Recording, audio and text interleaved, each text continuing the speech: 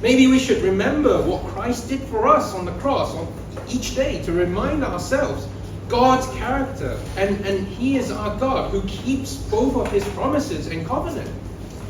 Let's picture a soldier who volunteers to carry his comrades to safety, even when it means to expose himself to danger.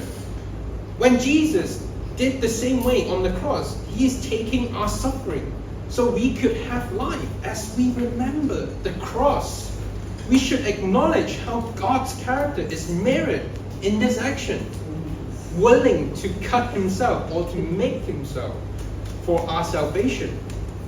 In this story, God makes or cuts a covenant and walks through the covenant for us, or for Abraham in the story. Just like He saved us through Christ, God does everything.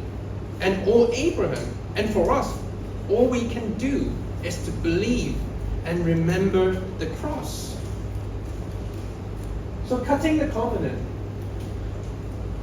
the covenant that God did in this story, and also what Jesus did for us on the cross, were cut on the cross, is all because God's big picture of His big plan. Therefore, when you feel doubt, it's not a dead end, but instead, this is an invitation from God. God wants you to bring these doubts and those doubts that you have in your life. Your hope brought you back into a whole relationship with Him. Think about it. His ultimate plan was to use Abraham's family to save the entire world. And He fulfilled that promise in a stunning way, just as we look at it through Genesis 5 today. And the breathtaking truth is that God unconditionally made these promises and established His covenant entirely because of His grace. It was not based on anything Abraham did, or what he done, or he had ever done it to earn it.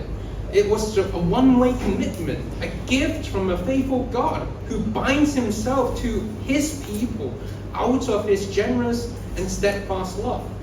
This foundation of grace is not by human effort. It's what secures the covenant is, God secures the covenant for us. It's also what secures us in our hopes today.